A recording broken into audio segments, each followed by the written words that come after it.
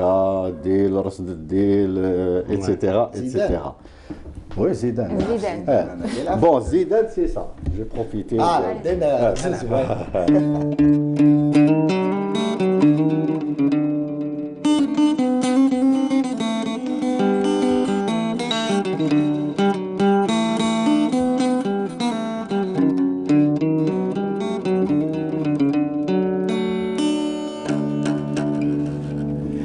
Bravo, bravo, bravo, bravo, bravo. Merci. Franchement, C'était. j'adore. C'était léger. C'est bref, C'est frais, instructif. c'est On a instructif. appris des choses. J'avais peur d'être lourd parce que Pas le du matin tout. il faut être vif, Là, etc. pas du Non, non, en tout, parlant de musique andalouse. Ouais. Parce que généralement la musique andalouse c'est C'est faut prendre compliqué, son c'est temps, compliqué. etc. Donc j'ai pris un risque, hein, calculé, mais quand même. C'est bien. Alors, c'est d'aller laisser Qawa la taille sur Canal Algérie. Rappelez-nous Ah oui, les le- jours et bien sûr l'horaire. Le mardi, Bien sûr. en prime time, J'adore. s'il vous plaît. C'est Après le JT de 20h. Magnifique. Et il y a une rediffusion le samedi vers 23h. sacré vénard. Et je suis sur bonheur. les ondes sur les ondes de la chaîne 3 tous les samedis de 22h à minuit. Il fallait que je la place. Non, mais franchement, j'adore ce Ouais. que vous faites. Vous Merci. le faites avec votre charmante épouse Oui. qui réalise cette Voilà, émission. Nadia, oui. Il y a une belle lumière. À qui je dis bonjour. Voilà, il y a une atmosphère et les musiciens, quand ils viennent, ont l'impression d'être dans une sorte voilà, de Elf Lila ou Leila. Ah oui, oui, franchement. c'est- très très bon. On va démarrer l'année avec un nouveau décor Oui. qui est formidable. Ah ben, Et je remercie Canal pour les efforts qu'elle fait pour nous faciliter et à la tâche. production de Canal. Merci beaucoup, messieurs. C'est moi. Yatikoum C'est Saha. moi. Merci d'avoir accepté l'invitation du morning, du before, Du juste avant. de la matinale de 7h à 8h du C'était un matin. plaisir. Je vous laisse aller prendre Je prends votre un croissant, café. Bien hein. sûr, Y a pas prenez. S'il te On plaît. laisse juste pour Mounir. Non, Vous خلي l'avez خلي نعم. Voilà, vous l'avez نعم. peut-être Mounir, il me semble qu'hier, il était au concours. Non, non, دي هذا. Ah, mais hier, Mounir, merci, au revoir. Oui. Mounir était au concombre. Je ne sais pas si il est plutôt végétarien, non? Mounir, il est tout. Voilà, Il est donc je sais végétarien, pas si- carnivore, il est il mange contre les les céréales. croissants, il mange le pain. D'accord, il mange tout. Mounir Laraj est dans la coulisse de ce studio. En bain, et on l'invite à venir. Marhaba bik, Mounir. Je suis timide. Bonjour à tous. Bonjour Amir. Bonjour, bonjour. Félicitations. Bonjour. Merci beaucoup. D'abord pour nos Merci, téléspectateurs. merci. Nord, bonjour. Bonjour. Vous allez bien? Félicitations. Merci. D'abord pour nos téléspectateurs pour Canal Algérie et pour vous tous pour ce nouveau-né, une date à retenir, le 5 janvier 2020. C'est la naissance de ce Before. C'était juste magnifique. Merci, c'est difficile. Hein. Plusieurs choses à retenir, début, plusieurs choses à c'est- revoir. voilà. C'est une première. Je tenais Ouais. à féliciter aussi toute l'équipe technique qui était au petit soin pour nos téléspectateurs. Merci. Génial. Mounir. Oui, J'adore, mais franchement, c'est sympa. Hein. c'est Mina Abed qui va être contente de la présenter. Sa météo très Non, mais c'est décalée. l'idée de Nord, hein, franchement, c'est l'idée. Et C'est sympa, ça interpelle les téléspectateurs. Voilà, ça interpelle et parfois on qu'une peut carte. même jouer, Mounir. Hein, c'est-à-dire, on peut vous donner par exemple Pour les humeurs, 3 cartes comme ça. Très bien. T'as très rare Alors, la c'est une météo. humeur très ensoleillée. Vous savez, on a besoin de pluie. Non, non, Et vivement les vacances. la pluie, c'est ça. Ça, c'est quand tu as besoin de sommeil. C'est hein, de c'est ça sympa. qu'on a Ça, besoin. c'est clair. En ce ça, c'est moment, clair. oui. En ce moment, non, on n'a pas besoin réellement de tonnerre, mais de pluie, juste de pluie. Oui. Ça va? Ça va très très bien. Et vous, vous êtes Bah, d'accord? et- Vous avez l'air d'attaque. excellent, excellent avec toute l'équipe. Bonjour à tous. Merci Ben Nebesh, je tenais à vous remercier. Merci Merci Nour à vous. Kadem. Mounir, Merci. je ne sais pas, on avait prévu, je ne sais pas si vous le permettez, Bien vous sûr. l'accordez, est-ce que vous l'approuvez avec nous puisqu'on avait reçu bien sûr Sida Idriss pour la musique Chabi, on avait prévu de passer Mriem Fekay. Bien sûr, c'est une grande dame de la musique Chabi, Haouzi en Algérie. Ça nous permettra de nous installer dans cette matinale et Bonjour d'Algérie vous suivre. Voilà. Juste magnifique, Mriem Fekay, l'une des plus belles voix de la chanson algérienne et algéroise en particulier, qui était aux côtés de Fadel Adzeria notamment. Et je pense que les Algériens peuvent se vanter d'avoir un patrimoine si riche et varié. La musique algérienne, algéroise avec Mriem Fekay. Nous avons rendez-vous demain. Ouais. Demain, 7h, 7h, 8h. 7h, tous 8h, les ouais. matins, du dimanche au jeudi. Excellent. En direct. Félicitations Avec l'équipe, encore une fois pour il ce faut nouveau-né. remercier le C'était réalisateur. formidable. Mahdi Mehdi Sabas, Amina inscrit Mina Bouhamdani Hamdani. et toute l'équipe du Studio 7 voilà, qui nous a soutenus ce matin. Voilà. Excellent. Merci. Encore Allez. une fois, tchuss, on se Bonne passe le journée. relais. Allez, on se fait un petit check. Yes, c'est fait. Mriem Fekay sur Canal Algérie en direct. On enchaîne avec le Bonjour d'Algérie. A tout de suite.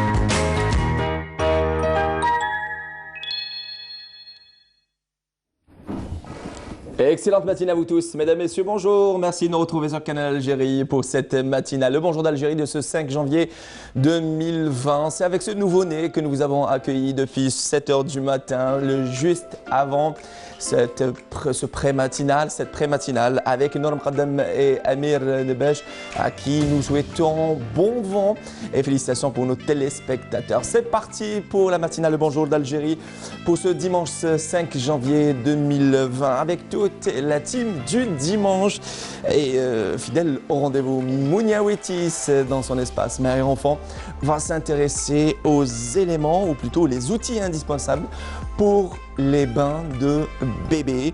Également de la partie d'Alia Mezaguer, elle va nous donner tous les bons plans sortis de cette semaine, mais aussi de ce dimanche après-midi. Oui, dès qu'on termine le travail, on va essayer d'aller voir un petit film ou tout simplement faire un petit tour du côté d'une galerie d'exposition.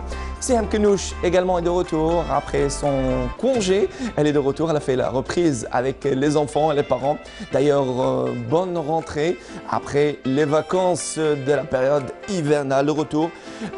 Et je pense que c'est le comeback des élèves avec leur professeur. Bonjour Mila. Bonjour, le retour des encombrements aussi. Moi je pense plus à ça. Mais ça va. C'était assez fluide ce matin tôt. Mais après, à 6 h du matin. On garantit rien à partir de 6 h 30. Voilà, Siham Kenouch est donc de retour après son congé dans son espace compte.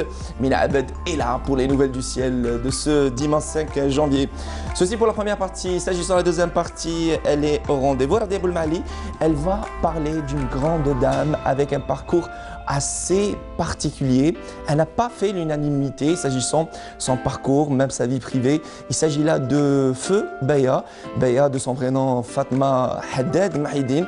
On va revenir sur le parcours de cette grande dame artiste peintre algérienne, sans oublier Hakim Lefgoum HKM qui est là de la partie. Et oui, il a rejoint la matinale. Elle n'était pas au courant.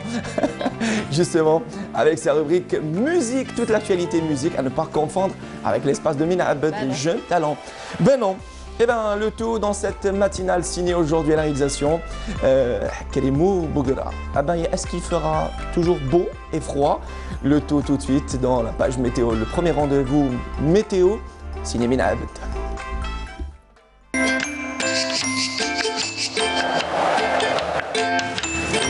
La météo vous est présentée par Mobilis. Mobilis, Mina Abed, bonjour. Bonjour. Alors, il a fait frais, il fait froid toujours. Est-ce que les pluies sont de retour ou pas? À l'est, oui. Ah bah, vivement. Voilà, au centre, non. Ah bah, en attendant. Un peu plus de détails tout de suite. Merci beaucoup Monel, mesdames, mesdemoiselles, messieurs, bonjour et très bon réveil. Eh bien, cette début de matinée, brume et nuages bas se partageront le ciel sur l'ensemble des régions côtières et puis le ciel restera dégagé un peu nuageux à l'ouest et au centre. On notera des passages nuageux vers la partie est avec quelques pluies en journée sur les régions sahariennes. Beaucoup de soleil, notamment sur le Nord-Sahara, la Saoura, le Sahara central, l'extrême sud, le Hogar et le Tassili. Les températures de cet après-midi, eh bien, on notera sur la moitié nord 16 degrés du côté d'Alger, 15 degrés à Annaba, 15 également à Oran, 14 degrés à Tlemcen, 14 Tiaret, Tizi Ouzou, 17 degrés à Gherdaya, Hassim Saoud, Ilizi, Tanraset ainsi qu'à Janet, 19 à Adrar, 21 degrés à Ain Salah et enfin 22 degrés, ça sera la maximale à Bourj Badi Moukhtar et à N'Gazzam. On passe tout de suite à l'Amérique du Nord pour aujourd'hui. Eh bien, on aura un ciel plutôt couvert, notamment à Montréal, New York, Chicago.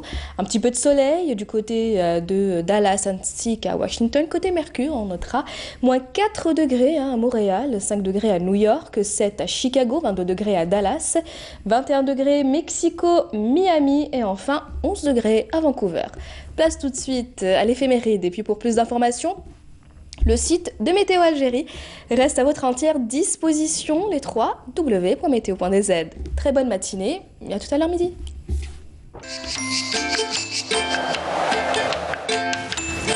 La météo vous a été présentée par Mobilis. Mobilis, Aynama Kuntum. Merci Mina Abed pour tous ces détails. Prochain rendez-vous avec la météo, c'est après le journal de midi. Tout à fait. Alors, est-ce que le 5 janvier vous dit quelque chose, mesdames, messieurs? Si ça signifie rien pour vous, pour nous, ça veut dire beaucoup de choses. Tout est symbolique aujourd'hui, c'est l'anniversaire de Mina Abed. On fait avec les moyens du bord, la bougie est liée. Je demande à nos techniciens de chanter avec nous. Joyeux anniversaire, joyeux anniversaire. J'entends rien. Joyeux anniversaire, Mina. Joyeux anniversaire. Sur la bougie. Ouais. Les cadeaux, les cadeaux, les cadeaux. Longue vie. Joyeux anniversaire, Mina Abed. Merci à tous. Qu'est-ce que peut vous souhaiter pour votre, on va dire, je sais pas, on est censé pleurer parce qu'on perd une année. On a gagné une minute d'enseignement et une année de notre vie. J'aime bien, on est censé pleurer. J'ai pleuré hier. Oui, non. On vous souhaite beaucoup de bonnes et belles choses. Santé, prospérité, beaucoup de succès. Merci beaucoup. Ça vous fait quelque chose? Ne pas avoir le gâteau sur le plateau? Oui, pas de gâteau. Mais je pense que maman, ce soir, va vous gâter. Bien sûr. Elle compte beaucoup pour vous et je pense que c'est réciproque, je suis plus que sûr. Longue vie, Mina Abed. Merci beaucoup. Allez, rendez-vous tout à l'heure après le journal de midi pour le bulletin météo détaillé. Dans un petit moment, on va retrouver Mounia Witis, Dalia Mezaguer, mais également Siham Knouch. Mais en attendant, c'est notre cadeau pour vous. Merci. Toria chante, Babel Ouest pour Mina Abed. Restez avec nous, la matinale, ça continue.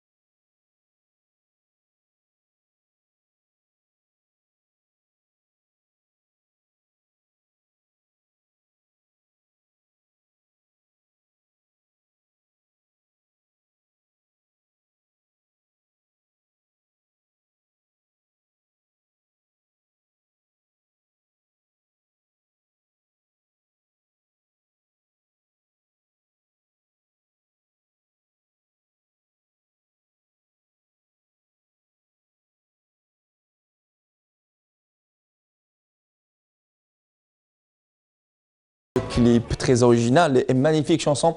C'était donc Touria Babel West dans cette matinale de ce 5 janvier 2020. Bonjour à tous, rebonjour et merci de nous retrouver sur Canal Algérie pour la matinale Bonjour d'Algérie. Et elles sont là, elles sont toutes jolies, fidèles au rendez-vous. Mounia Witis, bonjour. Bonjour Mounir. Ça va? Très bien, merci. Après le noir, avant-hier, elle a choisi le jaune. Pour me démarquer, parce qu'aujourd'hui apparemment vous êtes les deux en noir. Bon, c'est une couleur de joie en Grande-Bretagne. Et elle est là, fidèle au rendez-vous. Il s'agit là de Dalia Mezaguer. Bonjour, on n'a pas eu le temps de se souhaiter mutuellement une bonne année. Bonne année. Merci, pour mes meilleurs vœux. merci, bonne année à vous aussi. Ça va? Ça va.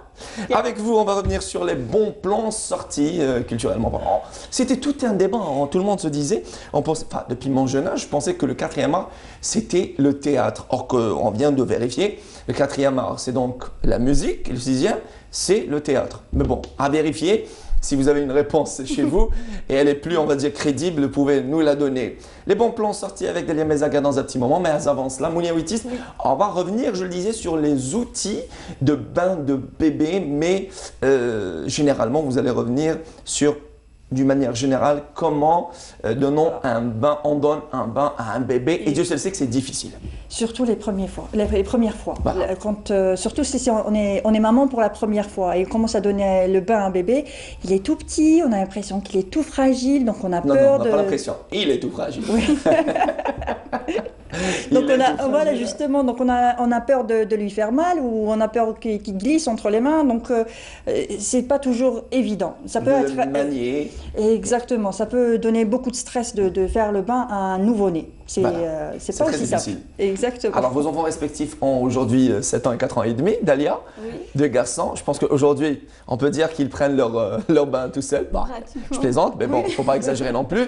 Mais je pense que la maman, avec le premier contact avec son nourrisson, était très difficile pour donner son bain. Je pense que c'est votre cas aussi, Mounia. Oui, les premières fois, on était très... On appelle les mamans renfort.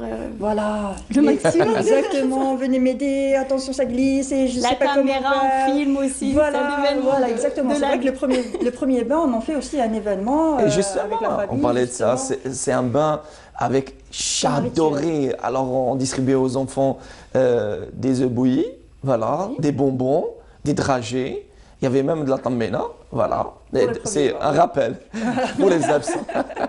Et je pense que le premier bain, c'est à base d'herbes, notamment. Avec des pétales de rose, avec mazhar et tout ça. C'est un rituel qu'on fait. Et puis c'est le premier bain de bébé. Et bon, pour le premier bain, c'est les mamies. C'est le 7e jour. Voilà, exactement. Et c'est les mamies. C'est pas la maman qui s'en occupe en général. C'est les mamies qui font ça. Mais pour le bain quotidien après, c'est toute une autre histoire. Donc il faut savoir que le bain, en principe, c'est un moment de détente pour le nourrisson et pour le bébé et aussi pour la maman. Donc on est un peu stressé, mais il faut quand même il faut avoir les bonnes techniques, on va dire. Voilà. Donc premièrement, l'eau doit être à 37 degrés, ça c'est connu. Donc pour avoir une eau à 37 degrés, vous avez juste le thermomètre.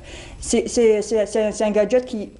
Pour moi, qui est plus qu'un gadget, c'est indispensable d'avoir le thermomètre. Personnellement, je ne l'utilise pas que pour le bain.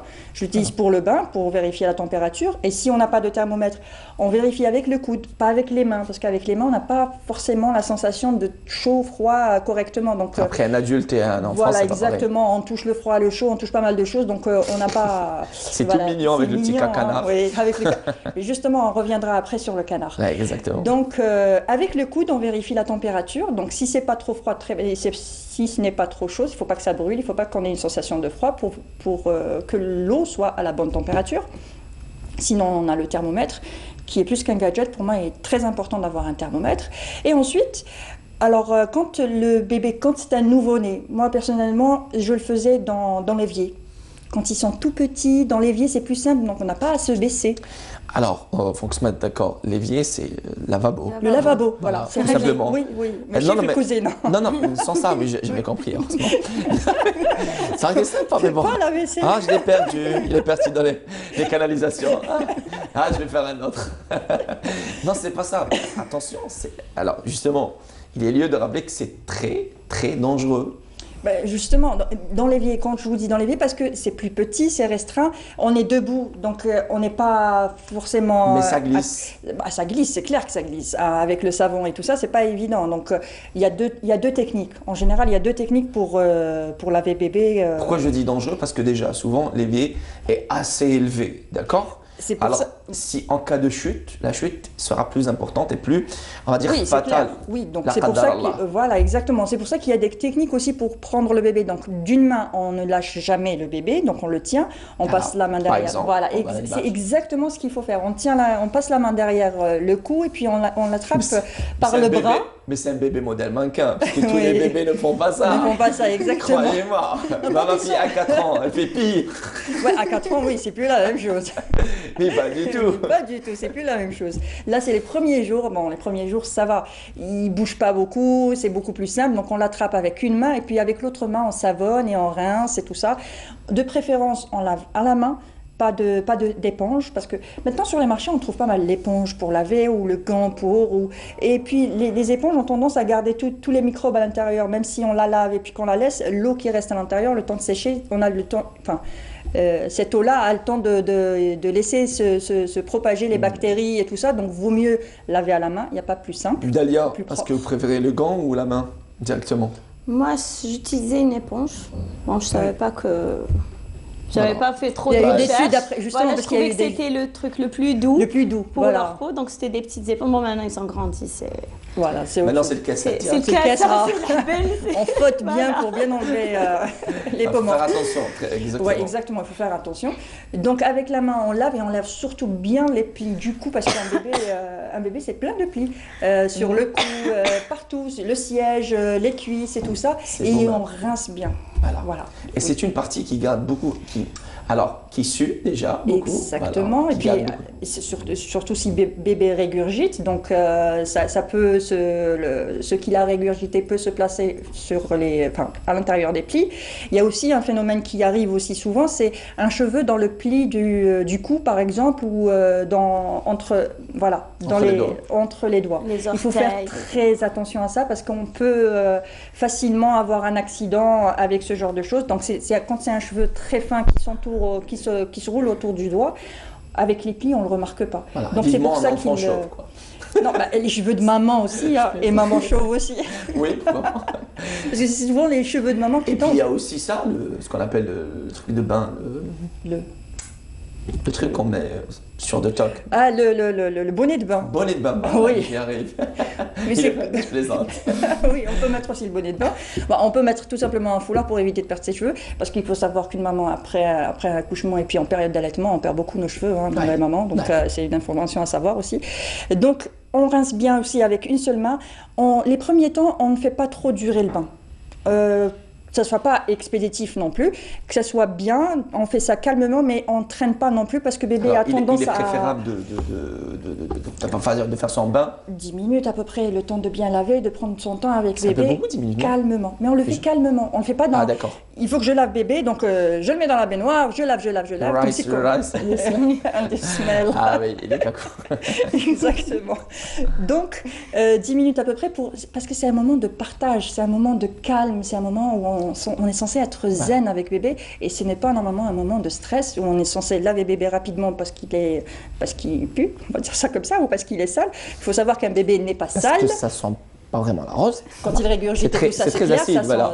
On a tendance à dire exactement. Donc, mais pour le bain, on n'est pas censé faire un bain tous les jours pour bébé. Il faut savoir que l'eau est très calcaire et pour la peau de bébé, c'est très mauvais. C'est mauvais, exactement. Donc une fois tous les 2 jours, ça va, surtout que bébé, un nouveau-né, ne bouge pas beaucoup, ne se roule pas par terre, donc et puis on le lave à chaque change, donc à chaque change on lave, on fait une petite toilette, on lui lave les fesses, donc pas besoin de le laver entièrement tous les jours. Et si vous avez peur que votre bébé soit frileux, donc vous pouvez utiliser un linge, donc couvrir bébé pour qu'il n'ait pas froid. Justement, Mounia, si vous permettez, Mounia Widis, je pense qu'on a sauté une étape, avant de passer même de parler de la manière avec laquelle on manie un enfant. Préparé. Même pas ça. On a parlé de l'évier, après on est sauté directement. Oui, l'évier. Baignoire. Il y a des baignoires pour bébé, justement. Il y a des baignoires qu'on peut installer sur des tables allongées. Donc maintenant, il y en a partout. Donc des baignoires qu'on met sur la table allongée. Donc on est à hauteur du bébé. On n'a pas, parce qu'après on risque de se faire mal au dos. Avec un tapis antidérapant. Avec un tapis antidérapant, voilà. Ça c'est clair. Voilà la baignoire. Et puis on a les sièges, comme vous le voyez, c'est un transat de bain que vous pouvez mettre dans la baignoire. Comme ça, vous pouvez laisser votre bébé assis, allongé sur le transat. C'est super pratique. Voilà. Mais il ne faut pas remplir non plus la baignoire. Un peu cher, mais bon. Tous les accessoires de bébé coûtent cher. C'est parce que j'ai l'impression voilà, les deux, voilà exactement, et les jambes aussi, parce qu'on a l'impression que les parents sont prêts à tout pour leur enfant, ils sont prêts à tout acheter, tout le meilleur pour leur enfant. Donc du coup, j'ai l'impression que parfois il faut respecter certaines bourses. Ouais, exactement, c'est pas évident. Donc voilà, donc l'évier. Si ça vous arrange. Il y a aussi des fleurs. Il y a maintenant comme des fleurs en mousse qu'on pose à l'intérieur de l'évier pour poser à l'intérieur le bébé. C'est à la mode ces derniers temps. Pour qu'il ne glisse pas et tout ça, normalement, il y a une image, je ne sais pas si on pourra la voir. Et pour mettre bébé à l'intérieur, comme ça, il ne se cogne pas. Et puis, c'est surtout pour faire joli et pour vendre, à mon avis. Excuse-moi, quand on a des jumelles ou des jumeaux, c'est chacune son tour. On commence par la première, on lui donne le bain, le temps que la deuxième est avec papa en train de jouer. Je pensais qu'on était censé acheter deux baignoires, mais bon. Non, parce qu'on ne peut pas laver les deux en même temps. Donc on lave la première, on l'enroule dans le... Si papa s'occupe en parallèle. Voilà, il faut. On n'a pas 4 mains, hein. C'est pas Shiva non plus. On peut pas. Des tentacules. Exactement.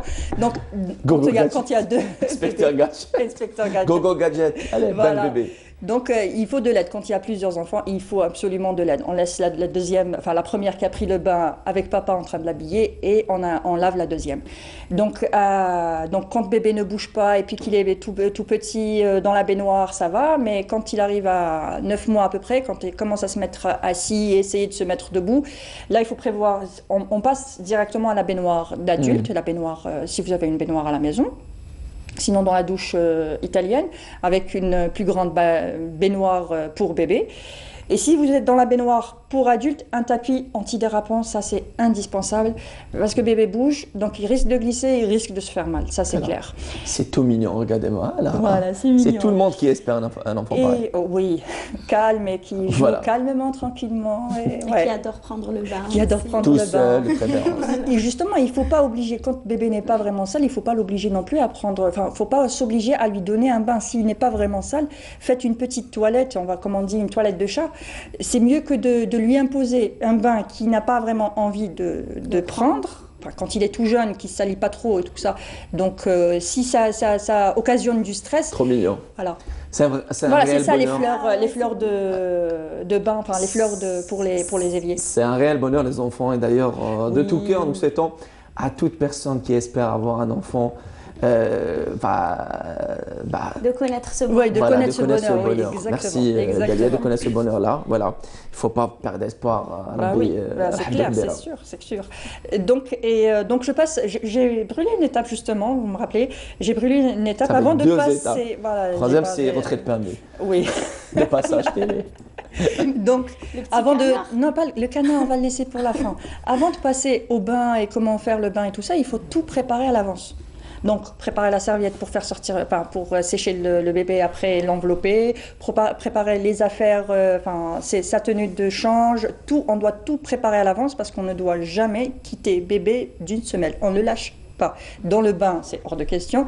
Et même sur une table allongée, à ce moment-là, jamais. Donc, c'est d'une semelle, pas d'une semaine, hein, d'accord. Pas oui, quitter d'une semaine. Quitter un enfant une semaine, c'est notre... Une semaine, c'est... Enfin, mourir de faim. Voilà. Une semaine, ça veut dire un pas. Voilà. Non, compris. Oui. Je voulais placer cette blague, mais bon. D'accord. Donc, même pour le changer sur la table allongée, on garde toujours une main sur le bébé. Et puis, on essaie d'attraper les choses qu'on a mis autour de nous avec la deuxième main pour pouvoir le changer, l'habiller et tout ça après le bain. Je voulais vous poser une question, Mélanie. Oui. Parce que moi, à chaque fois qu'elle donne des conseils, je vois que j'avais tout faux. Hein. J'ai fait tout le contraire. Sinon, ça va, ça va, ils vont bien. Ils sont encore en vie. Est-ce qu'il faut chauffer la salle de bain avant de justement, comme ça, avec la vapeur et tout il ça. ne faut pas dépasser les 22 degrés. Parce que nous, ce qu'on faisait, c'est chauffer un max. Il faut qu'il y ait hammam, ambiance hammam. Justement, non. Il ne faut pas chauffer un maximum la salle de bain. C'est à 22 degrés, pas plus. Tout simplement. Parce qu'on a tendance à vouloir, non, il va avoir froid. Voilà. Ne vous inquiétez pas, ils sont encore en vie. Donc ça va.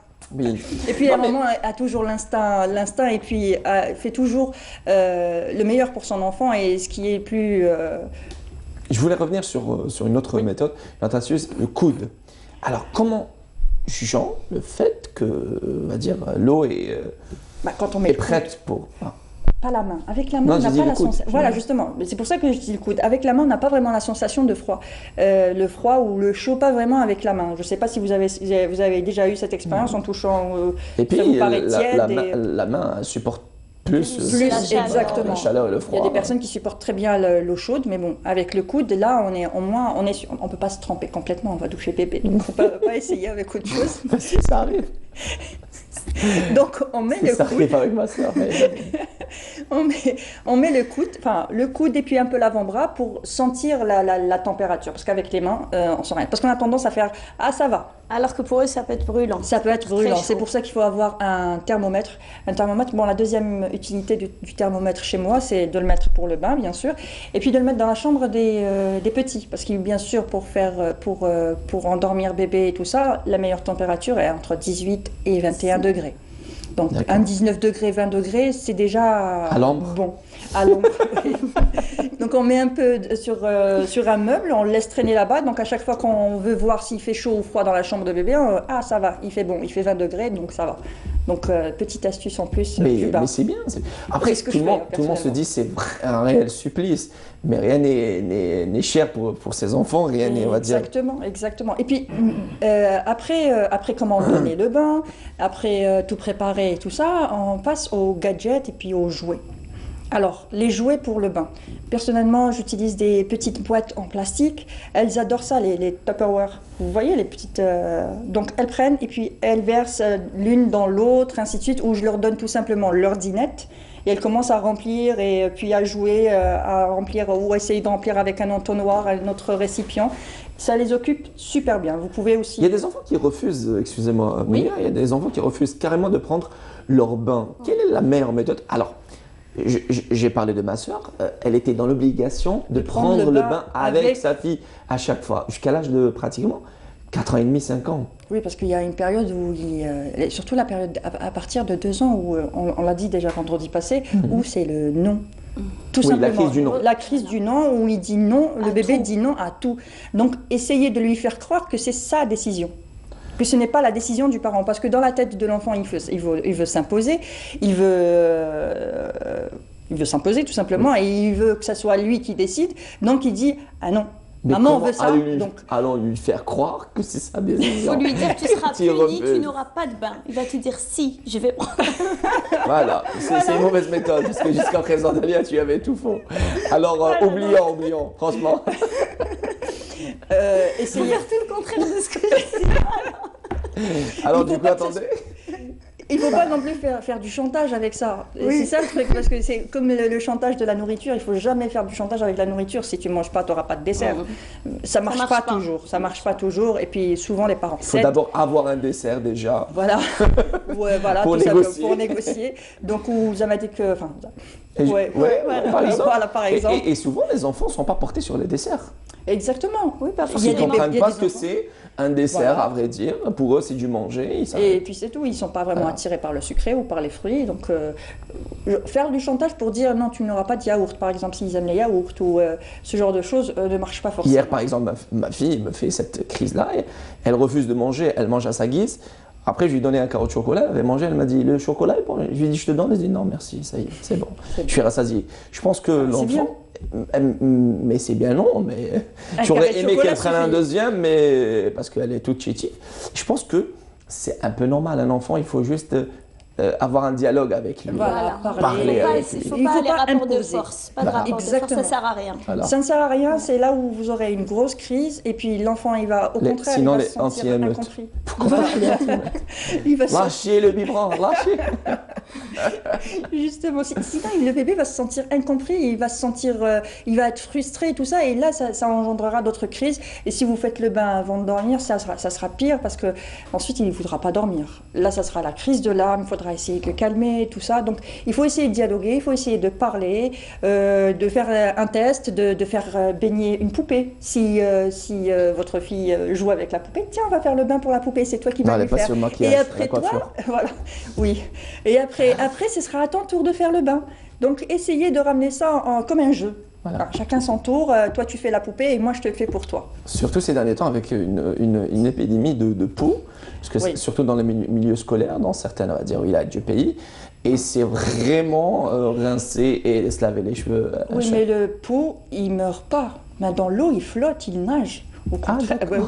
C'est pour ça que dans les piscines, c'est pour ça que dans les piscines, il faut faire attention parce qu'il reste sur la surface et il nage. Voilà, tout simplement. Et puis, justement parce qu'il aime la chaleur, c'est pour ça. Il fait papillon. Allez, sur le dos, allez, crolle. Voilà, exactement. On passe à l'autre tête. D'une tête à une autre. Exactement, donc dans l'eau, il fait qu'à sa tête. Il en fait qu'à sa tête, oui. Et c'est la chaleur il cherche la chaleur aussi. Et puis le poux s'endormit, il est assommé, on va dire, avec le froid. Donc c'est pas forcément le bain qui va vous faire débarrasser des... Il y a des lotions pour... Il y a des lotions, il y a des techniques de grand-mère. On en a fait déjà toute une rubrique où on avait parlé... Voilà, on pourra y revenir parce que c'est tout le temps d'actualité, il y a tout le temps des poux. Et ça n'a rien à voir parce que certaines personnes pensent que le poux est synonyme de pauvreté, alors que non, loin de là. Non, ni de saleté. Au contraire, loin de là. Parce que les poux n'aiment pas les têtes sales. Ils préfèrent les cheveux propres. Voilà. Ils préfèrent les têtes propres. Alors laissons vos enfants dans ce cas-là. Voilà, évitons les bains, oublions tout. Et puis, en parlant de bain, il y a un jouet incontournable, c'est le canard. Je ne sais pas si vous avez trop mignon. Le petit canard dans le bain j'en rêvais d'avoir, mais bon, vous voyez ça qu'à la télé. Oui, on voyait ça qu'à la télé. Je pense qu'on l'achète on l'a acheté pour nos enfants, exactement. Je pense qu'à l'époque, ça n'existait pas sur le marché. Jusqu'au jour d'aujourd'hui, quand je vois un canard, je suis tout excité. Voilà. Et super, allez. Même justement, moi, j'en ai acheté plein. Regarde le canard et lui, bon, il est ça, exactement. Et alors je l'avais acheté plein aussi pour mes filles, des canards, des baleines qui flottent et qui cuinent et tout ça. Ouais, mais des vrais, en ce moment. Oui. Mais vous avez fini par les jeter. J'ai fini par les jeter et j'ai même fait l'expérience parce que j'avais lu une étude suisse américano-suisse. Ils ont fait une étude sur les jouets en plastique qu'on laisse dans le bain, justement avec lesquels on joue avec bébé dans le bain et qu'on ne rince pas après. Qu'on montre cette image-là. Exactement, d'un canard découpé en deux. Voilà. Et voilà ce qu'il y a à l'intérieur du canard. Un vrai nid à microbes. Voilà, un vrai nid à bactéries. Je pense que c'est un peu logique. Vu qu'on ne peut pas le nettoyer à l'intérieur, donc du coup, tout ça se développe à l'intérieur. Ça moisit. Donc, quand j'ai lu cette étude-là... on connaît un bout. On connaît un bout, elle est passée par là, je pense, aussi. Donc, j'ai pris les canards que j'avais achetés pour mes petites et je les avais aussi découpés. Et en les découpant, je les avais trouvés noirs de saleté et de bactéries, de moisissures à l'intérieur. Donc, je pense que si on se tardait sur cet aspect-là, tous les jouets, on va dire, sont foyés de bactéries, etc. Il faut les laver, justement. Voilà. Non, il faut les laver. Mais après, je pense que aussi, l'enfant a besoin de certaines bactéries. Oui, non, sur le plan médical. Oui, on ne va pas s'étaler sur cela, mais je pense que c'est ça. Si on peut s'étaler sur cela, on va pas tout nettoyer, aseptiser, exactement, chercher le mot. Voilà. D'ailleurs, il habite exactement, je pense que ce contact-là avec ces microbes et ces bactéries-là entraîne, on va dire, son système immunitaire. Voilà, tout simplement. Ça développe son système immunitaire. Je pense que... Justement, je vais vous raconter une anecdote. Une fois, j'avais les jumelles qui étaient malades et qui étaient à la crèche. Quand je suis allée les chercher à la crèche, pour dire que, voilà, aujourd'hui, j'ai l'impression qu'elles ne sont pas bien. Demain, je ne les ramènerai pas, je les garderai à la maison. Il y avait une maman avec son enfant à la crèche qui me disait non, ramenez vos filles, comme ça elles passeront leurs microbes justement à nos enfants et comme ça ils feront leur immunité. Dans le sens où voilà, il faudrait qu'ils soient en contact avec les autres parce que trop les protéger, les mettre dans un cocon, non, on a peur des bactéries, non, il ne faut pas trop les sortir, il fait froid, il y a trop de virus. Nous, en tant que parents, on le dit aussi facilement, je pense que nous aussi, on ne va pas s'amuser, on va dire, à donner à nos enfants à ne pas laver les jouets, je pense. Si, on va laver les jouets, on va se laver les mains et ce genre de choses, c'est clair. Quand il y a un minimum à faire, les jouets, ça se lave. Et une phrase qui se répète, oui. Enlève ça de ta bouche. Oui. Après, apparemment, c'est... Il n'y a pas de limite d'âge. Ah oui. Ça finit pas, non. Non, ça n'en finit pas. Ça commence très tôt. Et ça finit pas. Et ça finit pas. Peut-être jusqu'à 18 ans. Oui. Après, enlève cette cigarette de ta bouche. Ah oui, aussi.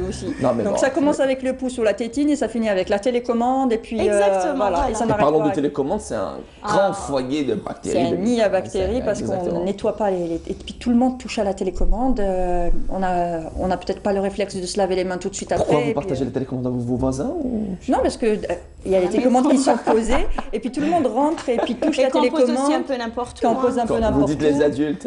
Les adultes, oui, on a aussi une fâcheuse tendance à oublier de se laver les mains comme il faut à la rentrée quand on rentre, souvent quand on rentre avec les courses, avec les enfants.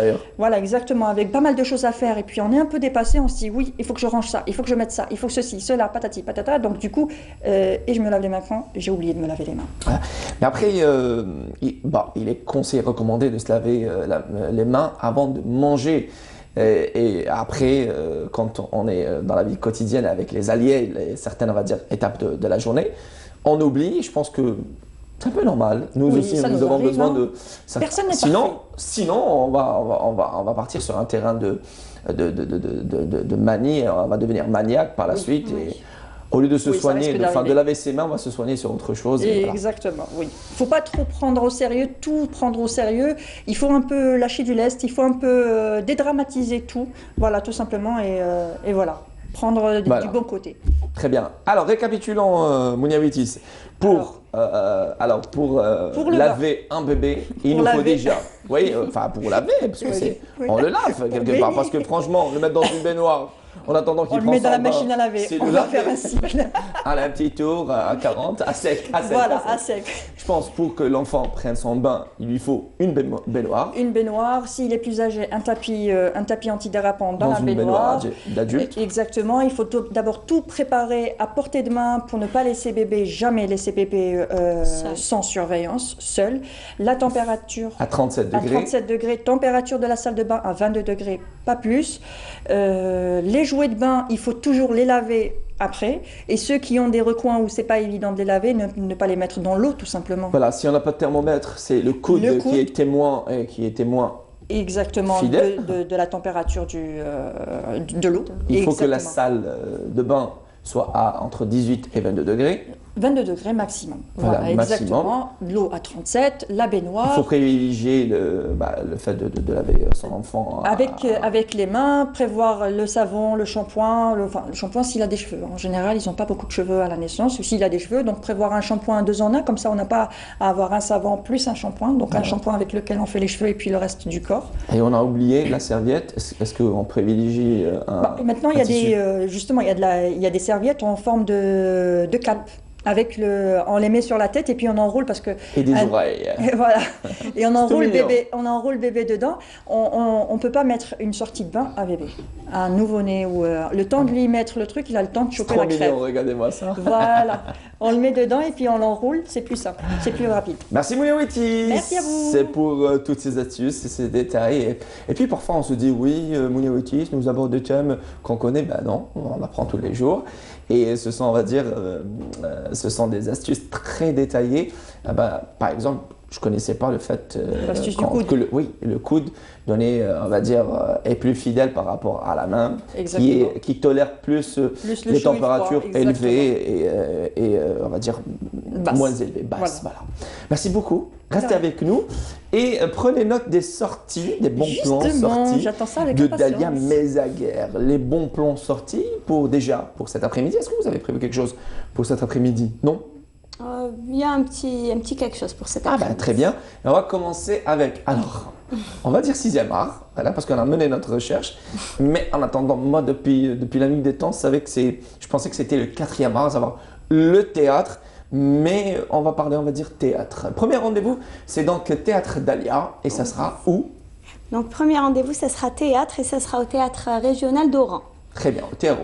Oui, donc exactement. Donc c'est une pièce théâtrale intitulée Khatini. C'est une production du Théâtre Régional de Mostagane. Oui, Khatena. Donc Khatena, justement, ça se passe dans un pays où la population a vieilli, beaucoup vieilli, avec des vieux. Et il reste que deux jeunes, un jeune homme et une jeune femme, qui veulent justement quitter le pays. C'est pour Khatena, genre ils veulent partir pour vivre. Je suis pas concerné par ce pays. Voilà, exactement, de vieux où il n'y a plus d'avenir. Moi, je m'en foutiste. Ça, c'est algérien. Oui, exactement. Oui. Donc, ils veulent quitter le pays pour vivre, voilà, ailleurs, dans un pays où il y a beaucoup de choses à voir de jeunes. Et ces vieux-là, justement, cette population, essaye de les retenir, justement. Ils leur disent, c'est vous, la relève. Il ne reste plus que vous deux. Donc deux. C'est vous l'avenir. Voilà, donc si vous partez, le pays ça rappelle un pays. Va disparaître, il n'y aura plus rien. Donc vous devez rester, c'est votre devoir de rester dans votre pays et vous représentez la relève. Donc c'est ça. J'imagine cette pièce théâtrale très intéressante, elle est signée le mouvement théâtral de Ahmed El-Zaq. Ahmed El-Zaq, du mouvement théâtral de Mostaganem, et ça sera au Théâtre Régional d'Oran. Ça sera au Théâtre Régional d'Oran le 25 janvier à partir de 18h. Voilà, le 25 janvier à partir de... Le 25 janvier. De 18h, le 25 janvier 2020 au Théâtre Régional d'Oran. Signé Ahmed El-Zaq Khateni. Ahmed El-Zaq, voilà. Et il y a de grands acteurs qu'on connaît. Parce que justement, quand j'avais vu l'affiche, j'avais lu les noms, je crois qu'on a l'affiche. Il y a Samira Sahraoui, Bouhdjel Bouchiche, oui, Rabi Oujaout, donc vraiment de grosses pointures du théâtre algérien, pas du cinéma, de la télévision. De la télévision et du théâtre, oui. Voilà. Donc ça, c'est pour la première pièce théâtrale. Et puis toujours dans le théâtre, et toujours au Théâtre Régional d'Oran, une pièce théâtrale destinée aux enfants. Cette fois, c'est Sindibad El-Bahri. Non, donc, le fameux Sindibad El-Bahri. Légendaire Sindibad El-Bahri. Ça nous rappelle notre enfance. Oui, et ça ne nous rajeunit pas. Non. Je me rappelle à l'école, on nous vendait des genres de magazines, de bandes dessinées. C'était vendu à 50 dinars. C'était trop cher à l'époque. 50 dinars, et il y avait Sindibad El-Bahri plutôt. Et on profitait des camarades qui achetaient, on jetait un coup d'œil et voilà. On se passait beaucoup de choses. Il y avait une autre mentalité. Enfin, il y avait Pif et Hercule. Les gadgets, les fameux gadgets, j'en raffolais. Exactement. C'était beau. C'était beau. C'était beau, il y avait ce sens du partage, parce que justement, les choses étaient rares. Un sens de partage les choses étaient rares. Maintenant, il y a partout, on trouve tout partout. Mais avant, c'est quand un voisin ou quelqu'un avait un truc, c'est tout le monde qui réunissait autour. Alors, Sindibad El-Bahri, alors c'est signé donc C'est tout, je n'ai pas le nom de... Non, la pièce théâtrale, c'est donc... Sindibad El-Bahri, c'est chaque mardi après-midi. Durant tout le mois de janvier à 15h. Donc chaque mardi après-midi à 15h, la représentation au Théâtre Régional d'Oran pour les enfants. Très bien. Voilà, durant tout le mois de janvier. Et puis pour finir justement, toujours au Théâtre Régional d'Oran, il y a un programme riche. Le Théâtre Régional magnifique, oui, le soir. Très beau à l'intérieur aussi. Oui, très très beau, très belle lumière. Donc aux lumières de notre drapeau national, très joli.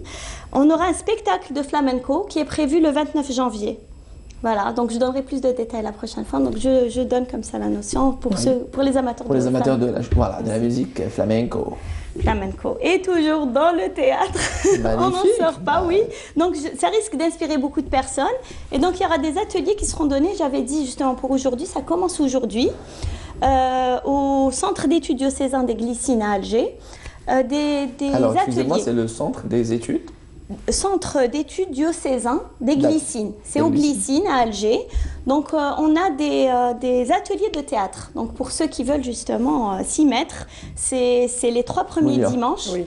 Alors, je regarde Mounia. Peut-être qu'elle sera parce qu'il y a aussi d'autres ateliers. Il y a des ateliers de peinture, de couture, de dessin. J'en ai fait à un certain moment, donc c'est très agréable. Aux Glycines. Oui. Oui, il y a très souvent des ateliers, c'est très agréable. Voilà, c'est très agréable. Vous avez fait des ateliers de quoi? De dessin. De dessin. Je suis un peu passionnée de dessin, donc c'était pour avoir un petit... Et c'est elle qui a dessiné petit personnage pour le juste avant. Non. Pour la météo décalée. Non, c'était pas moi. C'était pas elle, c'était pas l'espèce. Donc là, on a les ateliers de théâtre. Ça commence aujourd'hui. C'est les 3 premiers dimanches de janvier. C'est la troupe du Festin. Donc c'est une troupe théâtrale, une troupe d'amateurs qui ont déjà donné des représentations, notamment au TN1, et qui veulent partager justement cette passion. Pour les adultes. Oui, c'est pour les adultes. C'est pour les adultes. C'est le 5, le 12 et le 19 janvier, des séances qui débuteront à 18h. Voilà, ça c'était pour le théâtre. Et puis on passera justement comme c'est bientôt Yinaïr. Oui, vivement. La célébration de l'année berbère, l'année amazigh. Et vivement, j'adore cette ambiance et j'adore, on attend avec impatience. Voilà, oui, Abdelaz. Voilà, c'est surtout pour ça. Voilà, je pense que c'est Alors, pour ça. certaines régions, 13. Et je pense que c'est la seule festivité, bon, au-delà des, on va dire, des festivités religieuses, c'est la seule festivité qui est célébrée dans toute l'Algérie sans exception. Et c'est très très beau. J'allais venir, quelle que soit notre culture, quelle que soit notre provenance, tout le monde aime fêter Yinaïr. Et c'est le grand bonheur des enfants. Oui. Quand Thérèse, avec toutes les bonnes choses, hein, quand on leur verse sur la tête. Sur la tête. Oui.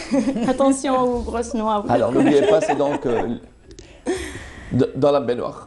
Alors, dans la baignoire de Mouniawitis. Dans la baignoire. Si on n'a pas de ça. Voilà. En général, voilà. C'est dans... Mais bon, si il commence à grandir. S'il commence à grandir, on rentre plus dans la gsa. On met la gsa à côté, et puis on se... C'est pour ça que j'ai dit la baignoire. Voilà. Dans la salle de bain, cette fois-ci, Yinaïr. Donc, sera fêté à la ferme pédagogique de Zeralda. Donc, pour son marché annuel du 9 au 12 janvier. Alors, le marché de Yinaïr, c'est donc la ferme pédagogique de Zeralda du 9 au 12 janvier. Très bien. C'est peu. Ils auraient pu commencer un peu plus tôt. Oui, et cette année, ce sera férié. Donc, c'est la première année où Yinaïr sera férié. L'année passée. Oui, voilà. Ah, je me rappelle plus de l'année passée. On en parlait beaucoup, mais on disait que c'était moi. Je pense que c'est la deuxième année. Alors peut-être c'est la deuxième, l'annonce de l'année. Non, je pense que l'année dernière, j'étais fériée déjà. Alors moi, l'année dernière, j'étais out. Voilà, non, vous n'étiez pas ici, non, je plaisante. Ah, non, déjà, on avait, on va dire, c'était déjà férié. Voilà. Et j'espère qu'on organisera un petit quelque chose dans la matinée. Ce sera un dimanche. Voilà. Oh, mais on sera ensemble. On sera ensemble, voilà. Votre Thérèse. Voilà, la Gsa est là au milieu. C'est génial. Il lui en faudra pour la remplir. Ah oui. Voilà, et on passe donc à l'Opéra d'Alger. Donc le 17 janvier, on va voyager en musique, donc à travers un très très beau spectacle qui sera donné, qui retracera l'histoire de l'Algérie du 15e siècle à nos jours. Donc ça va retracer l'histoire de l'Algérie en musique et aussi à travers une pièce théâtrale. Beaucoup de théâtre est prévu donc pour ce mois de janvier. Une pièce théâtrale, de la musique pour voyager à travers le temps en Algérie, et ça s'intitule Zaïr Rihla Fizman. Magnifique. Voilà, ça se passera au théâtre, à l'Opéra d'Alger, donc Mahid Bechtarzi. Opéra d'Alger, non. Oui, et en bonus. Oui. Moi, je parlais du théâtre. Ah, d'accord. Je suis tellement dans le théâtre que voilà. Théâtre national algérien. Voilà. Donc, puis on aura en bonus la projection d'un documentaire sur les révoltés de la période coloniale. Très bien. C'est le 17 janvier à 18h. Et l'événement devrait être en entrée libre avec une mise en place d'une cagnotte au bénéfice d'une cause caritative. Il y a eu beaucoup, on avait commencé même le 1er janvier avec beaucoup de spectacles qui ont été donnés, notamment à Annaba également sur une scène. Tout ça, toutes les premières manifestations qui ont été données, ça a toujours été pour des causes caritatives. Magnifique. Donc, on espère que cette belle initiative va se poursuivre tout au long de l'année. Et justement, il y a eu hier dans l'après-midi, à 15h, du côté du club équestre de Ben Aknoun, un magnifique concert caritatif sur lequel va revenir HKM Hakim Legout dans un petit moment. Et c'était au grand bonheur de plusieurs, on va dire, spectateurs, notamment des franges de cette société, des trisomiques 21, de certaines associations. Et l'entrée était exceptionnelle. C'est ramener un vêtement, une chaussure pour pouvoir accéder. C'était au profit de l'association Al-Amal du club équestre. Voilà. Eh ben, très bien, on va le voir dans un petit moment. Oui. Donc, je continue avec les amoureux de cinéma pour les cinéphiles. Une très bonne nouvelle. Donc, une grande nouveauté cette semaine à l'affiche à la salle Ibn Zaydoun, c'est Brooklyn Affairs.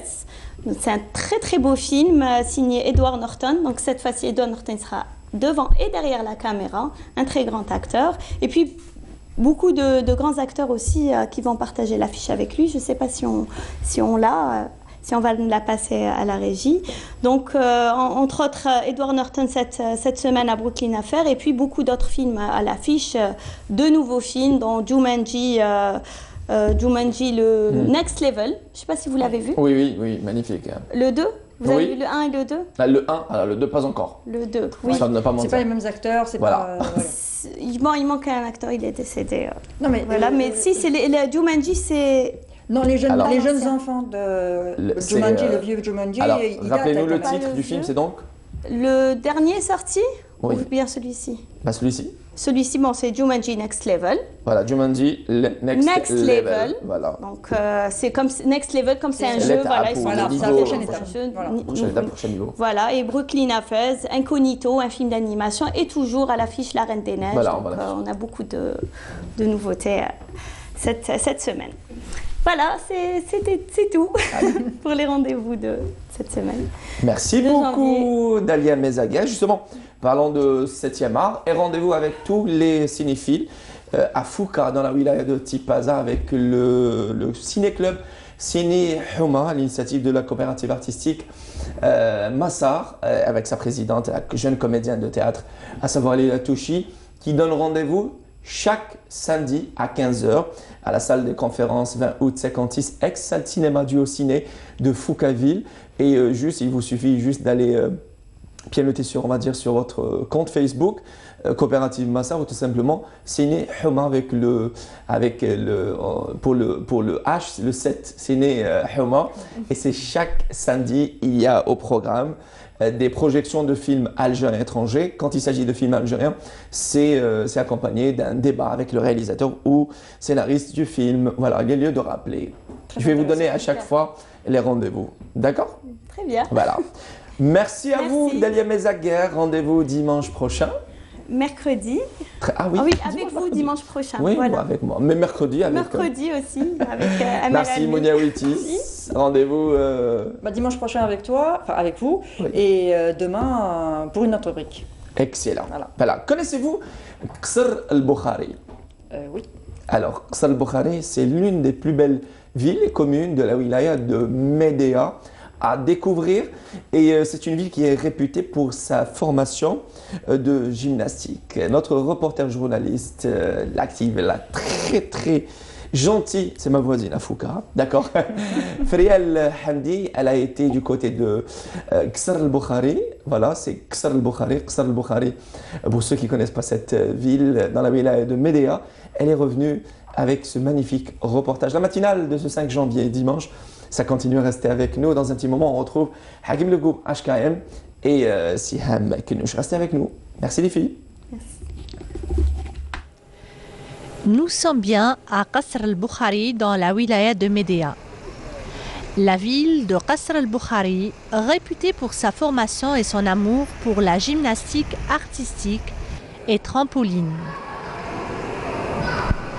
Les gymnastes du FR de Qasr al-Bukhari se sont illustrés aux épreuves de la deuxième étape du championnat d'Algérie de trampoline et tumbling en 2018. Ces jeunes athlètes ont dominé les épreuves dans toutes catégories, filles et garçons, remportant plusieurs médailles. Concernant Qasr al-Bukhari, bon, je peux vous dire que c'est un réservoir de référence, c'est un réservoir d'intellectuels, de sportifs, c'est un réservoir des savants, des gens qui ont fait par exemple le théâtre. Et revenons le sport est très renommé au niveau de Qasr al-Bukhari et néanmoins beaucoup plus le gymnastique. Et lorsqu'on dit Qasr al-Bukhari, on pense toujours la gymnastique. Bon, nous avons deux disciplines, il y a le tumbling, il y a le trampoline. Grâce, Dieu merci, alhamdoulilah, on a eu beaucoup de podiums, on a eu beaucoup de médailles d'or, on a eu beaucoup d'honneur. Et ces petits enfants-là, bientôt, Inch'Allah, ils vont honorer l'Algérie.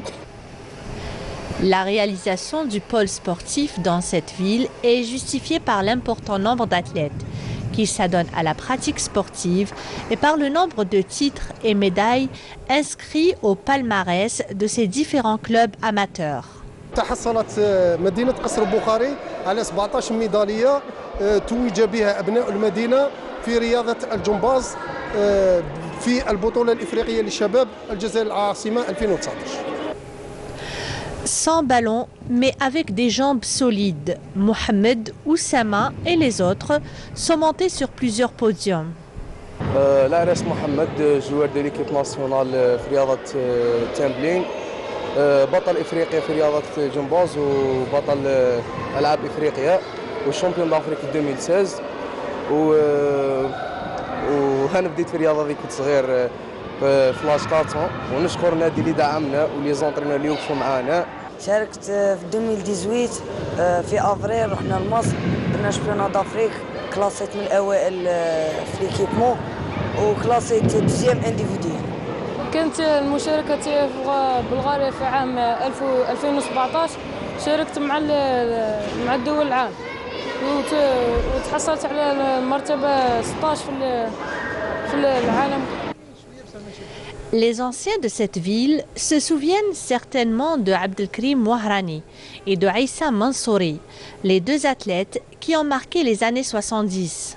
سنوات السبعينات كانوا فيها ابطال وفيها ناس اللي مازالوا معنا في الحياه وكان توفاهم القدر ربي يرحمهم وشاركوا في ازدهار هذه الرياضه واللي رجعت من بين اهم رياضات في قصر البخاري ومعروفه على الصعيد الوطني واللي رجعت كرياضه تقليديه في قصر البخاري. كي تقول لي قصر البخاري معناتها الجيمناستيك والحركات الارضيه والترامبولين. Je lance un hommage à une référence très renommée qui s'appelle Wahrani Rabbi Yarhamou Abdelkrim. C'était un honneur pour Bougari, Sal Bukhari. Je le rends hommage parce qu'il a donné beaucoup de choses et beaucoup de plus. Et il a honoré l'Algérie, il a monté l'emblème algérien dans tous les coins, les 4 coins de l'Algérie, ainsi que en dehors de l'Algérie. Aujourd'hui, on peut dire que la gymnastique algérienne s'est distinguée avec la montée en puissance de tous ces jeunes, de toutes ces écoles de gymnastique artistique.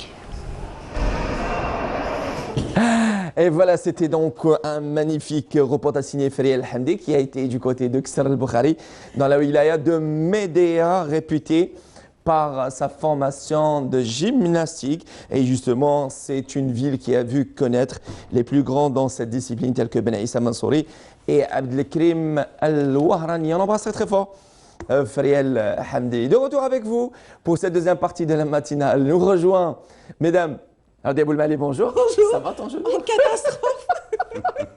Oh là là. Parce que pardon certaines choses. Non, oui. Les téléspectateurs ignorent certaines choses. Mais j'ai cogné mon genou, mesdames, messieurs. Bonjour. Voilà. Bonjour Radia. De retour, elle était en vacances chez elle. Il n'y a pas mieux pour se ressourcer et se reposer. Siam Kenouch, bonjour. Bonjour, cher ami. Bonjour à vous tous, à vous toutes. Meilleurs vœux et bonne année. Bonne et heureuse année. Beaucoup de bonnes et belles choses, Inch'Allah. Il est là, fidèle au rendez-vous désormais chaque dimanche. Hakim Elfgoum. Bonjour. Bonjour. Karim. Bonjour. Ça va? Un peu assommé, mais ça va. Alors, mais c'est un lève-tôt. Je plaisante. C'est un lève-tôt.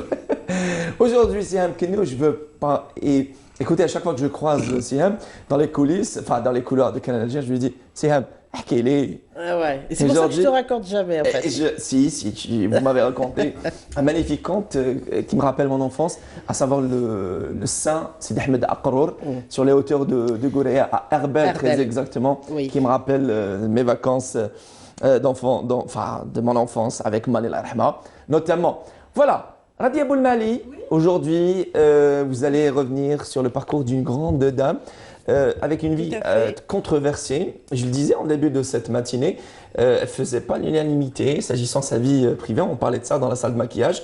Mais c'est une grande dame qui s'est imposée par son talent. Il s'agit là de Beya. Oui, de son vrai nom, Fatma Haddad Mahidine, mais connue sous vraiment le nom d'artiste de Beya. Voilà. C'était d'ailleurs l'une des artistes, des rares artistes qui signait seulement de son nom, de son prénom usuel. Donc Beya, donc c'est la signature que l'on retrouve sur l'ensemble de ses œuvres. Donc on va commencer par raconter l'histoire de Beya d'abord. Allons-y. Ah, avec plaisir. Donc ce qu'il faut dire, c'est que Beya est une pionnière de l'art algérien, c'est-à-dire elle fait partie de cette génération des années 30. importante aux côtés donc d'Issi Achem et de ses contemporains. Donc c'était la seule femme avec Belbahar qui s'était imposée dans ce domaine artistique, malgré une enfance très difficile, malgré un début vraiment qui ne présageait pas d'une telle carrière en fait. Hein.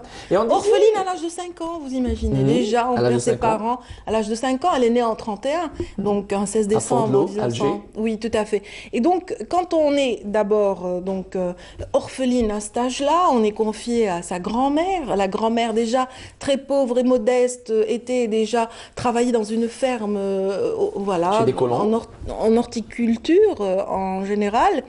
Et donc à cette époque, très jeunes, les filles qui étaient pauvres ou démunies devaient aider au ménage également chez les colons. Et donc c'est ce que faisait Beya à l'époque. Donc elle a commencé d'abord par travailler dans les champs, puis recueillie par la suite par la sœur de la propriétaire de cette ferme-là. Donc elle a été recueillie par cette dame qui l'emmène à Alger pour des travaux ménagers, des travaux de jardinage aussi, parce qu'elle aimait beaucoup les plantes, les fleurs. Elle avait la main verte, Beya. Elle est déjà artiste, voilà. Elle était déjà artiste sur ce plan-là, donc elle est remarquée. C'est la photo de Beya, là, oui, très très jeune. Et là, donc elle est... vous voyez sa tenue traditionnelle, elle l'a toujours portée fièrement jusqu'à la fin de ses jours. Beya avait cette attitude, malgré la pauvreté, look, parce que pour se permettre ce genre de tenue vestimentaire, il fallait, il fallait aussi faire des choix, parce qu'elle aurait pu, en allant par la suite, parce qu'elle a une carrière en France, c'est là où débute sa carrière, c'est carrément...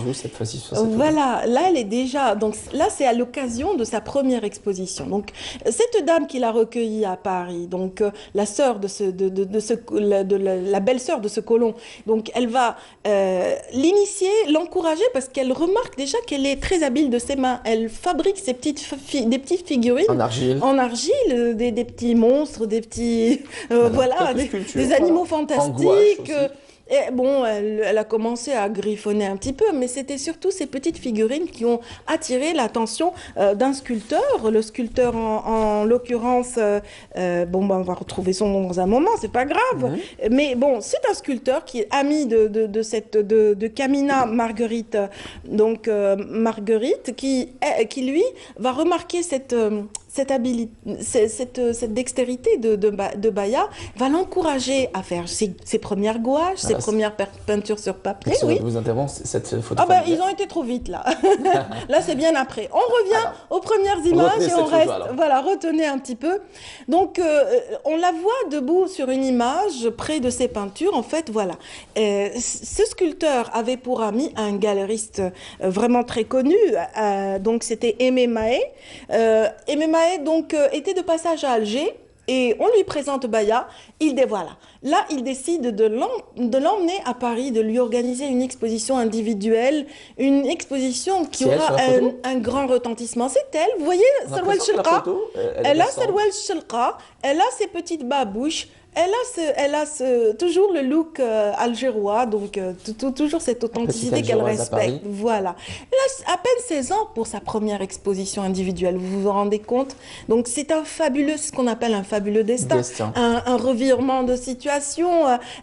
Voilà, elle est propulsée au devant de la scène. Elle rencontre de grands artistes, Matisse, d'abord André Breton qui était critique d'art et qui a préfacé le catalogue de sa première exposition. André Breton, donc qu'on verra peut-être à l'image. Et puis après, voilà, c'est lui. Il préface et il la qualifie de Scheherazade. Voilà, il la compare un petit peu à Scheherazade parce qu'avec ses personnages, avec ses figurines, elle raconte tellement bien un monde imaginaire qui pourrait bloquer toute velléité de destruction comme le faisait Scheherazade en bloquant son roi, en l'empêchant d'aller vers l'exécution d'une décision donc fatale pour elle. Alors voilà, donc notre Notre artiste va continuer son petit bonhomme de chemin, elle va continuer d'être remarquée par les artistes, Matisse en l'occurrence, et puis après Georges Braque, donc ces précurseurs du mouvement cubiste, tels Picasso aussi, qui vont adorer ces peintures, la profusion de lumière et de couleurs qu'il y a dans ses œuvres vont séduire les artistes, et pas n'importe quel artiste. D'ailleurs, elle finira par aller donc à Vallauris. À Vallauris, donc elle s'installe dans l'atelier Madura, donc aux côtés de Picasso. C'était le rêve de beaucoup d'artistes, jeunes artistes de cette époque, et Baya réalise ce rêve avec tellement de facilité parce qu'elle est authentique, simple, spontanée, et son art est authentique aussi, autant qu'elle. Il parle de lui-même. Donc Picasso va travailler, ils vont travailler ensemble dans cet atelier, ils vont faire des céramiques, elle va produire un nombre de céramiques qu'elle va exposer. Et puis, bon, voilà, c'est une carrière qui débute, elle exposera avec beaucoup d'artistes à cette période, donc 10 années foisonnantes avant son retour. Et là, on peut remettre la photo de tout à l'heure. Voilà. Voilà. La photo de famille, on peut la voir maintenant parce que de 53 justement à 63, Baya n'exposera plus, elle ne va plus peindre, elle va être rappelée en 53, elle sera rappelée par son tuteur, mariée à Mahfoud Mahiddine, qu'on voit à l'image à ses côtés, avec leurs 6 enfants.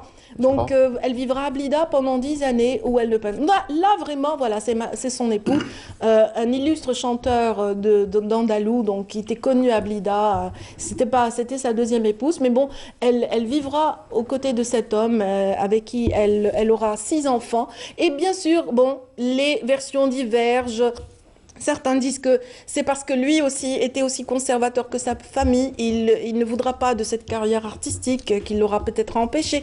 Mais bon, certains disent aussi que c'était par engagement. La douleur du peuple algérien pendant la Révolution n'a pas permis, ou alors c'était comment dire, un frein pour Baya. Ne pouvait pas peindre dans la douleur. Elle ne voulait pas aussi peindre des choses joyeuses parce qu'elle était dans un festin de couleurs quand elle peignait. Donc elle ne voulait pas proposer ça au public pendant que son peuple souffrait. C'était un petit peu les deux versions, on les a données ce matin, et Baya donc reprendra en 63 les pinceaux, les simèzes des expositions, puisque première exposition, c'est une rétrospective organisée par le directeur du musée des Beaux-Arts, j'allais dire École des Beaux-Arts, donc du musée des Beaux-Arts, qui lui organisera sa première rétrospective en 63, et de là, paf, l'explosion. Baya ne s'arrêtera plus, elle sillonnera les expositions, plutôt des capitales d'Europe, elle ira jusqu'au Japon,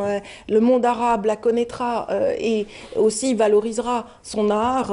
Et puis en France aussi, elle fera un retour fracassant juste en 64, je pense, entre 63 et 64, elle participera à une grande exposition internationale d'art brut et ses travaux continueront de séduire jusqu'à ce qu'elle quitte ce monde en 98. Donc, après avoir laissé un héritage vraiment très important. C'était une artiste très prolifique, Baya. Prolifique, talentueuse et discrète même, décédée à Blida en 1998. Oui. Mais son atelier ne désemplissait pas de ces personnages, de ces créatures venues de je ne sais où. D'ailleurs, il y a un artiste qui dira que voilà, elle vit bien au-delà de notre ère, c'est-à-dire qu'elle vit dans ce désert où les créatures se mélangeaient et n'étaient pas encore parfaites. Donc ça, c'est des imaginaires d'artistes, bien sûr. Voilà. Voilà. Et il y a eu ce magnifique portrait signé Picasso pour rendre hommage à cette grande dame. Oui, c'est-à-dire que le rapport avec Picasso avait aussi enclenché un intérêt pour l'Algérie chez cet artiste qui voilà, ça c'est un dessin, c'est un dessin qui a été fait et qui a permis justement de donner comment dire, de l'aura à cette dame, Djamila Poupacha en l'occurrence, donc une héroïne de notre guerre libératrice, donc qui, elle, était condamnée à mort, la guillotine l'attendait, et Picasso, pour empêché cette exécution, avait envoyé, diffusé ce dessin et pour pouvoir soutenir à sa manière cette lutte armée du peuple algérien. Donc il avait aussi une autre œuvre un peu plus célèbre, on la montrera peut-être à l'occasion un jour. Il s'agit des femmes d'Alger, donc une célèbre œuvre de Picasso. Et tout ça est venu suite à ce contact direct avec Baya, bien sûr. Magnifique. Voilà. On a essayé de résumer parce que le parcours écoutez, est riche et Baya mérite tout un film. Écoutez, peut-être, je pense que des producteurs et réalisateurs je voulais remettre un petit projecteur comme ça sur Baya, qu'on oublie. On a tendance à oublier un petit peu des fois. Oui, je garde cette image.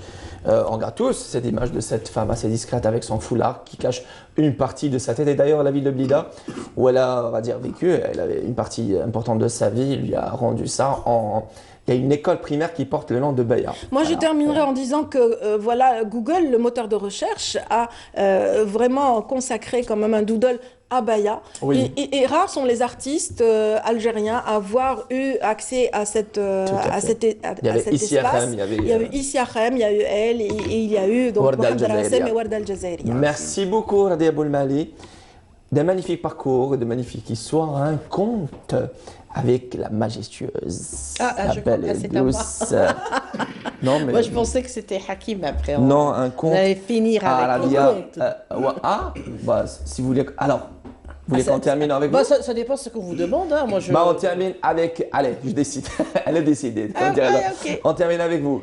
Hakim va s'intéresser cette matinée à des artistes internationaux, à des icônes de la chanson internationale qui se sont, on va dire, qui sont restés dans leur carrière, ils se sont reconvertis à une autre carrière, à l'image de Céline Dion. Hakim. Pas seulement international, même chez nous.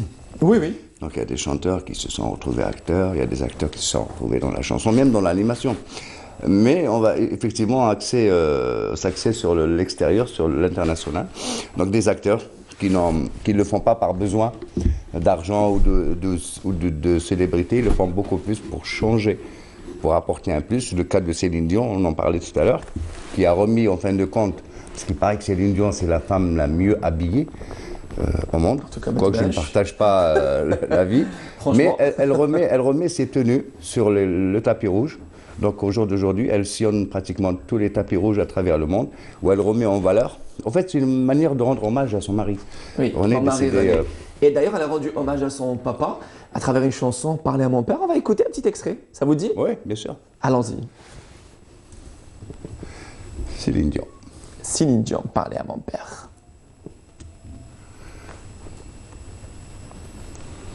Je ne sais pas si on écoute là ou... Je sais pas. On n'a pas l'écoute, mais bon. On aurait dû la chanter peut-être. Je ne saurais pas. Ça ne mériterait pas. En tout cas, si on va faire choper un tout voilà, petit justement. Allons-y, on va refaire. Donc, il y a Céline Dion et puis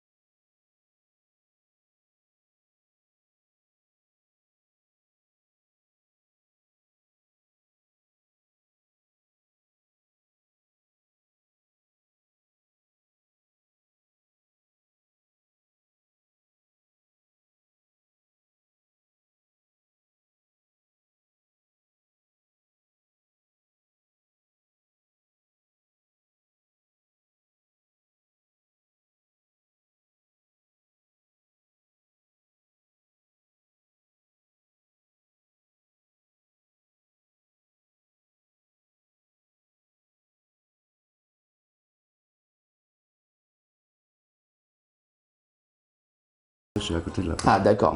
Alors, passons donc. Donc, on parlait de ces artistes qui changent d'activité, pas par besoin, pas par notoriété, mais tout simplement pour se faire plaisir.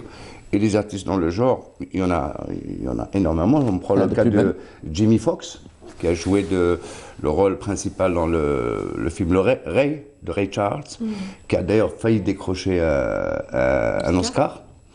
Et c'est un gars qui s'est découvert une autre activité. Une autre corde, j'ai envie de dire. Absolument, c'est devenu l'un des meilleurs acteurs. Il est plus réclamé aujourd'hui. On n'a qu'à revenir un petit peu quelques années en arrière. Fred Astaire, à la base, qui était danseur, devenu acteur. Frank Sinatra. Oui. Donc ça ne date pas d'aujourd'hui, c'est pas fashion. Ginola, footballeur qui se retrouve animateur. C'est plutôt Lady Gaga l'année dernière avec ce superbe film. C'est un Knouch. Wow. Ben oui. Être à chanter, moi. Ben oui, c'est un Knouch, pourquoi pas. On m'a dit que dès que vous allez chanter, il y a une autre carrière qui va s'ouvrir devant vous. Mais alors, ça va être... Une chanson. C'est ça, mais c'est conteuse, animatrice radio. Ouais, bon, ça c'est clair. Prof de littérature arabe, s'il vous plaît. Voilà, donc... L'allée. Et le plus frappant, c'est le Prince de Bel-Air. Oui. Ouais. Oui. Qui faisait partie d'un groupe, Easy Jeff and Fresh Prince, et qui est devenu par la suite, d'ailleurs il vit beaucoup mieux en tant qu'acteur, carrière d'acteur, que on a le jeune Algérien, le DJ, j'ai oublié le nom, qui lui s'investit aussi dans la mode. Et il vend des blousons bouffants, c'est des blousons qu'il porte et ça fonctionne très bien. Il y a aussi Angelina Jolie. Alain Delon aussi. Oui, qui a perdu sa femme, d'ailleurs, il est en deuil. Angelina Jolie qui s'investit aujourd'hui dans la solidarité, dans l'humanité, à travers le monde. Mais après, je pense que c'est pas une carrière, c'est une action caritative. Et justement... C'est une continuité logique, moi je trouve. Quand on est chanteur puis on devient acteur, c'est une continuité. Déjà, Radia, est-ce que vous êtes pour ou contre, avant d'avoir... Pour contre quoi en fait le fait qu'on tente une autre carrière quand on connaît le grand succès. Écoutez, c'est très personnel, on ne peut pas répondre à cette question. Il y a ceux qui voudraient bien, il y a ceux qui protégeraient une certaine image de leur carrière, donc ils préfèrent rester dans leur chemin, mais c'est très très personnel. Et puis ça peut changer, hein. Il y a eu un déclic qui peut vous lancer vers autre chose. Moi j'ai enseigné durant 17 ans, je me retrouve... journaliste, animatrice, conteuse, voilà. Des fois, il y a des personnes qui choisissent une seule voie et il y a d'autres personnes qui sont prédestinées pour plusieurs voies parce qu'elles ont différents dons dans la vie. Et il y a certains chanteurs qui ont choisi notre voie quand ils ont perdu la voie. En plein parcours, on peut découvrir une autre vocation de toute façon. Oui, absolument. Et des fois, c'est des rencontres, c'est des hasards. Justement, c'est ce qu'on appelle, je pense que quelque part, c'est ce qu'on appelle le risque. Rizq et le Mektoub. Oui, le Mektoub beaucoup plus. La destinée. Non, je sais. Ils ne le font pas par Rizq. Non, pas de souci. Mais c'est toujours Rizq. Parce que on ne gagne pas de l'argent, d'accord, mais on s'exprime et on vit à travers autre chose. On vit sa passion. Ils ne le font pas pour gagner de l'argent, mais pour se sentir bien, pour changer d'air, tout simplement. C'est aussi simple que ça. Parce que l'argent, ils n'ont pas besoin. Et je pense que c'est une destinée. D'ailleurs, je prends l'exemple du groupe Destiny Child qui a connu un franc succès dans les années 90. Quand ils ont choisi le nom du groupe, elles avaient ouvert, parce que c'était des chanteuses, elles avaient ouvert un livre et elles ont choisi au pif un mot et c'était tombé sur Destiny. Destiny Child, je pense que c'est la destinée, c'est le Mektoub, on revient, c'est par rapport à ça. Oui, c'est ça, voilà. Si on veut. Au-delà de ces artistes qui ont connu, on va dire, un franc succès, ce sont ces artistes algériens qui se sont investis et se lancent dans le caritatif, à l'exemple du concert qui a eu lieu hier. Effectivement, c'était au parc zoologique de Belaknoun avec l'association Espoir Équestre.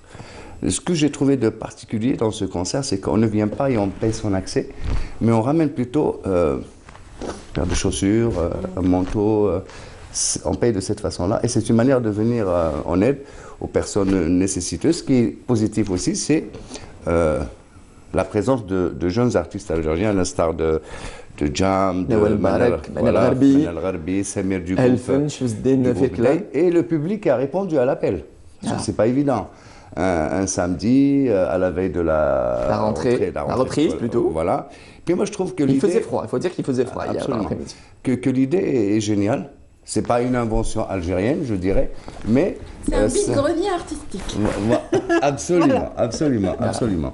Voilà, donc c'est pour parler un petit peu de ces artistes qui se découvrent une vocation en plein parcours. Merci Hakim pour tous ces détails. On passe à Siham Knouch pour le conte d'aujourd'hui. Eh ben voilà, il n'y a pas de souci. Maintenant que je suis bien inspirée, en fait c'est un secret de Siham Knouch. Quand je suis sur ce plateau, quand je rentre, je passe par cette porte, je n'ai pas de conte en tête. Mais c'est en écoutant mes collègues que le conte apparaît. Excellent. Voilà. Magnifique. Donc, Abdou Alakfla, qui est en fait le risque.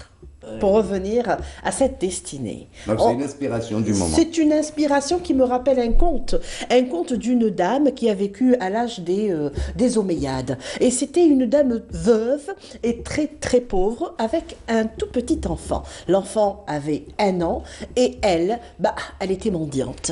Il n'y avait pas grand-chose à faire en ces temps-là. Elle habitait Damas et elle était bien pauvre. Seulement, c'était une très bonne croyante. C'était une dame qui avait une grande foi. Et c'était une dame qui essayait à chaque fois d'élever son fils et le faire baigner dans cette foi. Alors, à chaque fois que son fils avait faim, depuis qu'il avait 1 an, elle lui disait « Demande à Dieu de nous donner de la nourriture. » Et l'enfant demandait à Dieu de lui donner de la nourriture. À chaque fois, et elle, qu'est-ce qu'elle fait? Elle préparait entre-temps et hop, elle ouvrait le couvercle du chaudron et elle lui disait « Regarde, Dieu a exaucé ta prière. » Et elle a élevé son fils sur cette habitude, sur cette tradition de tout le temps prier Dieu qui lui donne son rizqa et à manger. Revenir à Dieu à chaque fois. Donc, à chaque fois, donc revenir à Dieu, oui, et avoir confiance surtout en Dieu. Donc 2 ans après, l'enfant a 3 ans et demi, et à chaque fois que sa maman préparait déjà des choses, elle lui dit « Mais t'as demandé à Dieu de nous donner ?» Il lui dit « Oui, je lui ai demandé. Hop, oh la surprise, le chaudron est plein cette fois-ci aussi, et ainsi de suite. » Alors un jour qu'elle est sortie, elle a laissé son fils seul à la maison. Elle était en train d'exercer sa profession de mendiante, si on ose dire. Il y avait un nouveau calife qui était devenu donc le calife des Omeyyades, le 3e, et là, pour lui, c'était interdit, la mendicité est devenue interdite. Et tous les mendiants, ce jour-là, de ce souk, le souk de Damas, ont été ramassés et jetés en prison. Elle avait beau se plaindre, elle avait beau se crier, demander pitié, mais rien à faire. La police de cette époque-là était sans pitié et elle ne voulait pas lâcher la dame. Et pour qu'elle aille, elle leur disait que j'avais un enfant, il est seul à la maison, etc. Elle n'est sortie que 2 jours après. Pendant tous ces 2 jours, elle pleurait à chaudes larmes. Qui c'est qui va nourrir son enfant? Alors elle rentre, elle trouve l'enfant bien portant, souriant, il se jette à son cou et elle lui dit « Mon Dieu, comment tu faisais? Il lui dit « Mais c'est facile, maman, je disais, ya Rabbi atani nakul, ya Rabbi atani nakul. » Et à chaque fois que j'allais au chaudron, il était plein. Magnifique. Et là, on se pose la question. Qui donnait la nourriture à l'enfant? Est-ce vraiment une main divine? Est-ce vraiment un miracle? Ceux qui veulent croire, il faut y croire, tout simplement. Magnifique. C'est c'est une très très belle. Je pense que les coulisses. Non. On ne saura jamais. C'est une fin ouverte. C'est une question de foi en fait. Sniff. Ça sera la prochaine fois. De foi. Justement, et à chaque fois que nous, faibles serviteurs, on se soucie de notre, on va dire, de notre risque à chaque fois. Et on a peur du lendemain, or que tout est lié. Le bon Dieu est toujours... Il y a toujours une issue, il y a toujours quelque chose qui nous attend, un autre insu. On ne peut pas tout contrôler. Je pense que c'est ça. C'est une devise, hein. On ne peut pas tout contrôler. On est là, on pense contrôler les choses. Non, on ne contrôle rien du tout, ça me dépend. Exactement. J'aime bien. Très beau, voilà, magnifique. Tout simplement. Voilà.